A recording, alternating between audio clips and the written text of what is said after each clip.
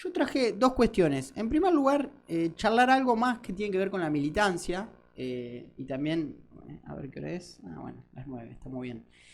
Tiene que ver con la militancia y además el posicionamiento del peronismo de cara a octubre. Digo, porque me he encontrado con muchos comentarios, bastante para mi gusto, decían, bueno, que estalle todo, en definitiva, que gane Milei, que estalle todo y reconstruiremos, hay como una especie de idea, reconstruiremos el movimiento de cero. Bueno, esto más que nada de un perfil un poco más nacionalista que no le gusta para nada a Massa.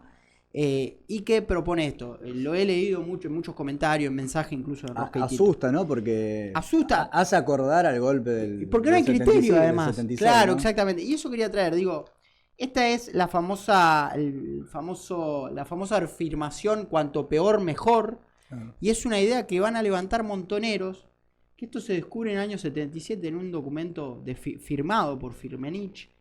Que en realidad, bueno, más que nada es Firmenich y Quieto, la conducción de fines de la última etapa de Montoneros, digamos, y toda la etapa también donde está Perón aún vivo, de Isabel y después ya de la dictadura. Digo, ¿cuál es la idea? Fundamentalmente ya desde el gobierno de Perón.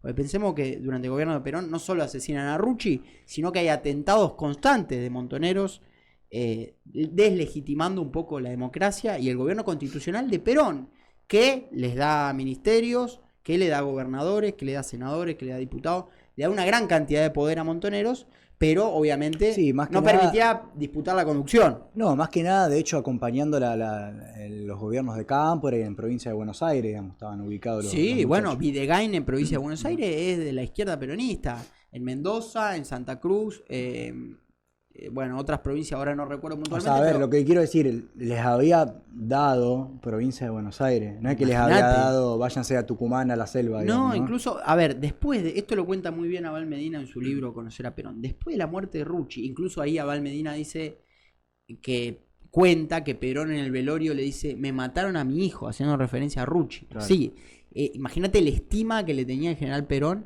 a Rucci. Después de eso, el tipo los convoca para que aflojen, digo, no podía conducirlo en algún punto, pero sobrevuela esta idea de que cuanto peor, ya con el gobierno de Isabel, después de muerto Perón, bueno, obviamente Isabel tiene la ley de represión, el operativo de independencia, tiene el Rodrigazo, digamos, en términos económicos, neoliberal, quizás es el comienzo del neoliberalismo en Argentina. Los tipos ven que es el imperialismo actuando a través de la máscara del peronismo, ese es el análisis que hacen, lo cual puede como no serlo, pero en todo caso se discutirá políticamente.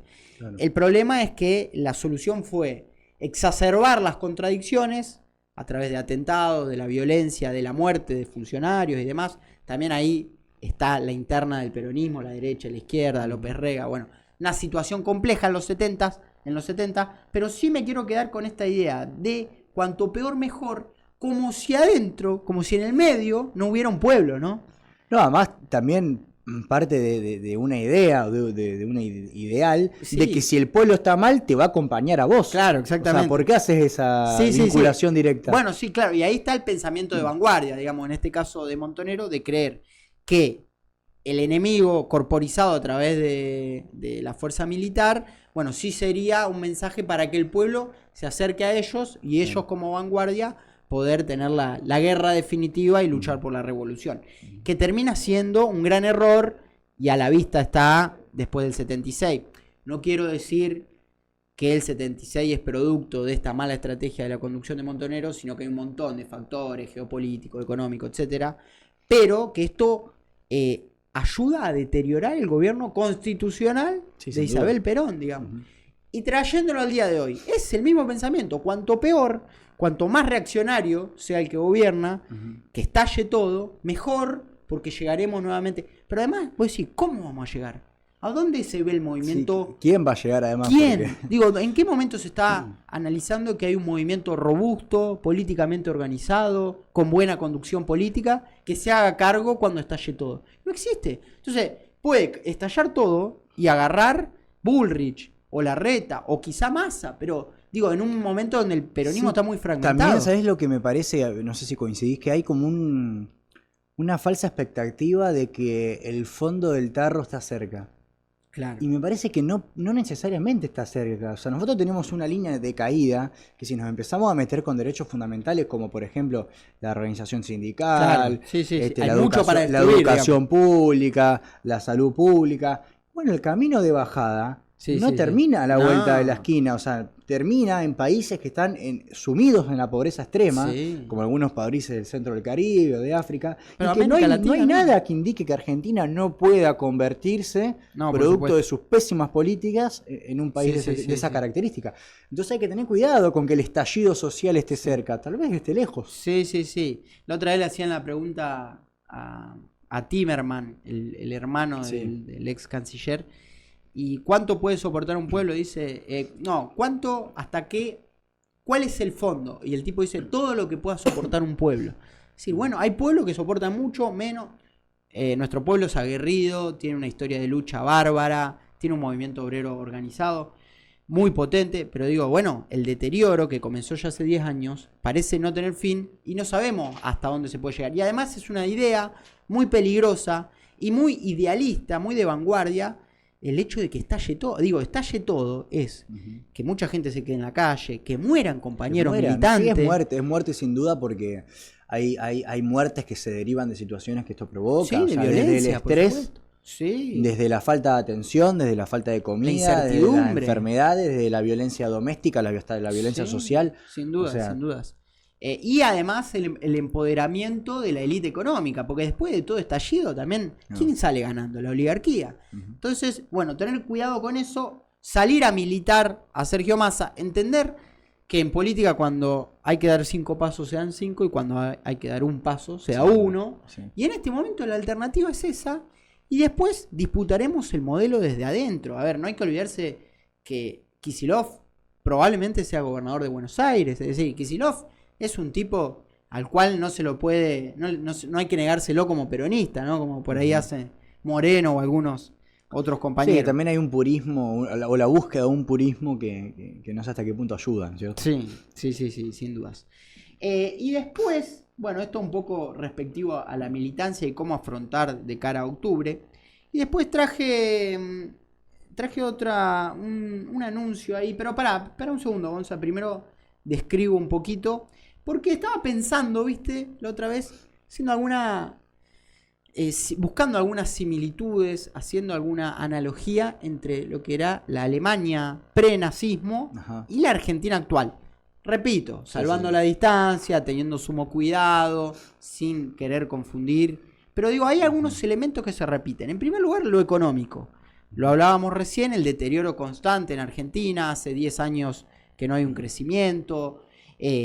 Trabajadores registrados que no llegan a fin de mes, que son pobres. Si vamos a la economía de la Alemania de Weimar, también la destrucción de la Primera Guerra Mundial, una hiperinflación diferente a la crisis argentina. Bueno, hoy tenemos una alta inflación, ellos también tenían una alta inflación, pero llegaron a la hiper, un desempleo tremendo y bueno, mucha frustración en el pueblo alemán. En primer lugar eso. Después, la frustración colectiva, en aquel momento fue el Tratado de Versalles, donde se le quita territorios a los alemanes, se le impone una deuda exorbitante, se le exige que se desarmen, que para una nación tan guerrera como los alemanes eso fue una humillación. ¿Y cuál sería la frustración colectiva? Que me parece que todavía aquí no terminamos de dar cuenta de la profundidad que tuvo la pandemia, que existió en todo el mundo. Pero me parece que en Argentina hay elementos distintos por lo largo de la cuarentena, por la cantidad de empleos perdidos, porque además se inserta en un marco de deterioro económico que genera una frustración muy grande. Después, liderazgos mesiánicos. Bueno, Hitler sabemos que tenía una cuestión del mesianismo muy fuerte, incluso mesianismo en términos raciales, que le iban a dar a la humanidad nuevamente la raza fuerte, la raza aria, recomponer todo lo que estaba mal, hacer un cambio de cero. Milei también tiene su parte mesiánica, por supuesto, sin dudas. Principalmente el hecho que él mismo cuenta que contrató un medium para que le haga hablar con su perro muerto. Pero eso ya es una locura. Y que su perro muerto le dice que tiene una misión aquí en Argentina. Sí, que va a ser presidente en el 2023. Bueno, sí, una verdadera locura. Como era una locura en aquel momento la Alemania y que además fue votado Hitler, que sabemos que fue votado. Y con un 30 y pico por ciento. Y con un 30 y pico por ciento, habría que ver los millones de votos. Después, otro elemento, repito, para el que por ahí se enganchó ahora, no quiero hacer una comparación símil, pero sí algunas analogías con cuestiones que nos hacen pensar que hay un principio de fascismo en esta fuerza argentina. Que además explican lo que vos estás diciendo, explica la existencia misma de Milei como fenómeno. Porque sí, no es que la el cuestión tipo social, sale económica. De un repollo y de repente aparece en la escena política, ¿no? Sí, es no. Producto de un montón de cuestiones, por supuesto. Después la cuestión antidemocrática, bueno, se cayó ahí el picaporte. La cuestión antidemocrática de Hitler no hace falta decir nada, por supuesto, pero de Milei hay rasgos antidemocráticos, pero principalmente... Bueno, en su vicepresidenta.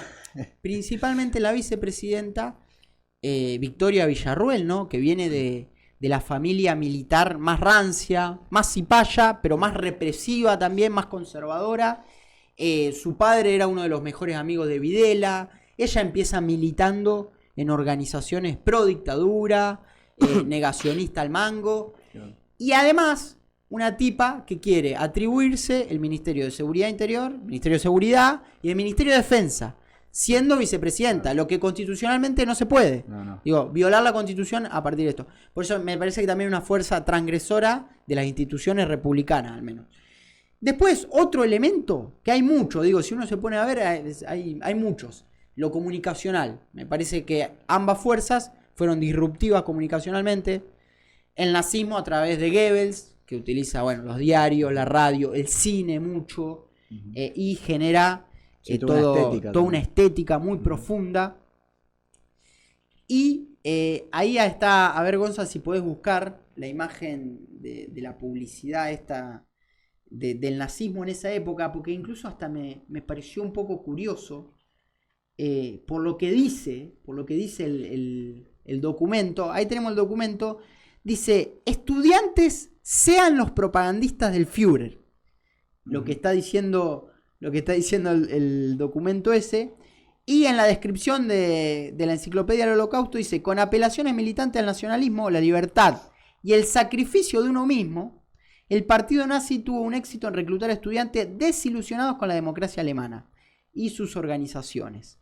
Digo, ¿y acá qué me hizo pensar esto? Que comunicacionalmente hay una estrategia, que esto está probado, incluso públicamente dicho, desde el Partido Libertario, desde la política estratégica comunicacional electoral, de utilizar estos jóvenes, que en su momento era quizá la juventud hitleriana, que eran eso, digamos, tipos que propagaban la ideología nazi. Digo, jóvenes, militantes de carne y hueso, no trolls, a diferencia del macrismo, no trolls, que están compartiendo contenido, editando, produciendo 24/7 como una actitud militante, no el cara a cara, sino virtualmente, que llegó a todos los rincones del país, y que un tipo que no tiene un solo pasacalle en ninguna ciudad del país sacó 7 millones de votos. Digo, acá se muestra que es una fuerza disruptiva comunicacionalmente, y que digo que llama la atención. Y por último, que también tiene que ver con la comunicación, el chivo expiatorio. Digo, el nazismo tuvo el chivo expiatorio de los judíos, y hoy está el chivo expiatorio fundamentalmente del Estado, pero de la casta, como un sistema corrupto, no solo de políticos, sino también de sindicalistas, de empresarios prebendarios, le dice Milei. Digo, hay una cantidad de situaciones, de hechos, de elementos que nos acercan a una situación incluso hasta de miedo que se puede generar en la militancia. Digo, más que nada, tipos que ponemos el cuerpo, que ponemos la cara para militar. Sí, bueno, no sabemos lo que puede llegar a venir en la Argentina si gana un tipo así. Y por eso también, relacionándolo con lo anterior, fomentar la militancia para que en octubre no gane Milei y no ganen los libertarios. Porque, digo, la otra vez lo hablaba con un compañero, el cual, Facundo, compañero de Historia Destacada, me dice: yo evidentemente tengo miedo, porque nosotros que ponemos la cara, que bardeamos Milei en redes sociales, sabés hasta dónde puede llegar la locura de este tipo. No, incluso, ¿sabés qué? El problema no sé si es únicamente la violencia ejercida de la mano del Estado de Milei o de las fuerzas públicas a través del aparato represivo, Si no, recordemos también, ya que nos fuimos hacia atrás a la Alemania nazi, por ejemplo, en la Alemania nazi estuvo el evento que se llamó la Noche de los Cristales Rotos, por ejemplo, claro, que no fue algo organizado por las fuerzas públicas, claro, de seguridad alemanas, sino que fue el propio civil alemán, claro, que fue a romper vidriera de los comercios judíos. Bueno, ¿hasta dónde digamos, este discurso del odio que se representa tanto en Milei en contra de lo que vos dijiste, en contra de la casta política, claro, en contra del peronismo, en contra del sindicalismo, en contra, ¿no es cierto? No puede llegar a desencadenar algún hecho de violencia en el ámbito civil. Sí, sin dudas. Porque hay eso, ¿no es cierto? Porque hay fanatismo también. Hay fanatismo y vos hablas con un tipo que me ha pasado, decía, no, porque los sindicalistas son todos choros. ¿Viste? Y así, yo digo, y mi viejo es sindicalista, ¿y hasta qué punto no nos vamos a agarrar a trompada? ¿Me entendés? Porque estamos a una palabra que no nos guste de la trompada. Claro. Y eso si lo masificás, o sea, me explico, el problema es grave realmente. Sí, es grave. Me parece que por ahí no tomamos dimensión, pero porque además todo el tiempo van superando la línea de lo que se puede o no debatir. Desde lo económico, de pasar a debatir si vamos a tener o no moneda propia, una discusión que la tuvo Roca en el siglo XIX, sí, una locura, hasta lo político, digamos, hasta los límites de la democracia. Una tipa que va a ir candidata a vicepresidenta que es negacionista y que puede ganar el año que se cumplen 40 años de la vuelta de la democracia. Digo, a estar atento a estas cuestiones, a militar. Y que planea usar la fuerza pública del ejército para resolver conflicto interno, porque si lo que quiere unificar el Ministerio de Defensa con el Ministerio de Seguridad, él dice eso. Sí, sin dudas. ¿No? Y además vínculos muy profundos con la familia militar que llevó adelante la dictadura, la última dictadura. No es joda esto. Así que bueno, así están las cosas en la Argentina y en la política nacional. Hay una gran tarea por delante, van a ser días, semanas y 2 meses cruciales para ver qué es lo que termina sucediendo, si finalmente puede ganar una fuerza democrática, más nacional o popular, no lo sabemos, pero bueno, sí profundamente democrática o una fuerza que sea antidemocrática y además antinacional y antipopular, ¿no? Sí, además, digamos, el eje sobre la cuestión del nacionalismo, o de esta especie de nacionalismo que expresa Milei, o el Partido Libertario en general, es un nacionalismo sumamente excluyente, que ahí también podemos encontrar alguna similitud con el régimen nazi, ¿no es cierto? Porque los tipos te vienen a decir, bueno, el nacionalismo somos nosotros, y cuando se ponen a describir qué es un nosotros, claro, ahí te encontrás que no es una casta, que la casta política no entra, que el sindicalismo no entra, que las feministas no entran, que los militantes de los partidos políticos no entran. Entonces es como cada vez más cerradito, que los indios no entran, claro, o sea, constantemente van cerrando su nacionalismo a un microgrupo, claro, que encima tiene los ojos puestos en Europa, porque lo que representa es una idea bastante europea de la libertad, hasta de la raza incluso de la gente con acceso a determinado nivel de educación, etcétera, que nos hacen debatir bueno, uno tiene una idea nacional, porque yo me considero nacionalista, sé que vos también, que está completamente alejada de eso. Claro. Y la patria que nosotros queremos, la Argentina, la América Latina que nosotros queremos, no tiene nada que ver con esa micropatria que propone Milei. Que propone. Que además es sumamente cipaya, o sea, hasta ahí llega la contradicción, o sea, ponen la bandera argentina y te quieren dolarizar, o sea, imagínate, es una contradicción que no se sostiene. No se sostiene, increíble.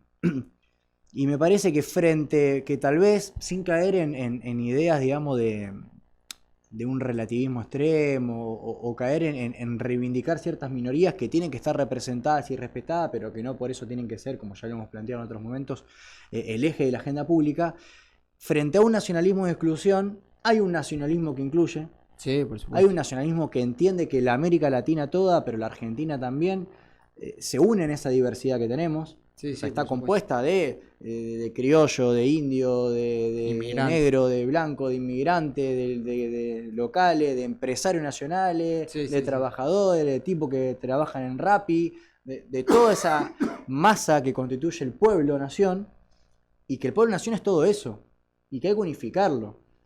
Que no podemos agarrar y empezar a trazar tangentes cada vez que no nos gusta o que no nos identificamos un poquito con alguna de esas poblaciones que en definitiva constituyen nuestro pueblo. Entonces, frente a ese nacionalismo nosotros proponemos otro. Y si algún libertario nos está escuchando, hay nacionalismo de este lado. Sí, por supuesto. Y bienvenido a formar parte. Hay nacionalismo genuino de este lado.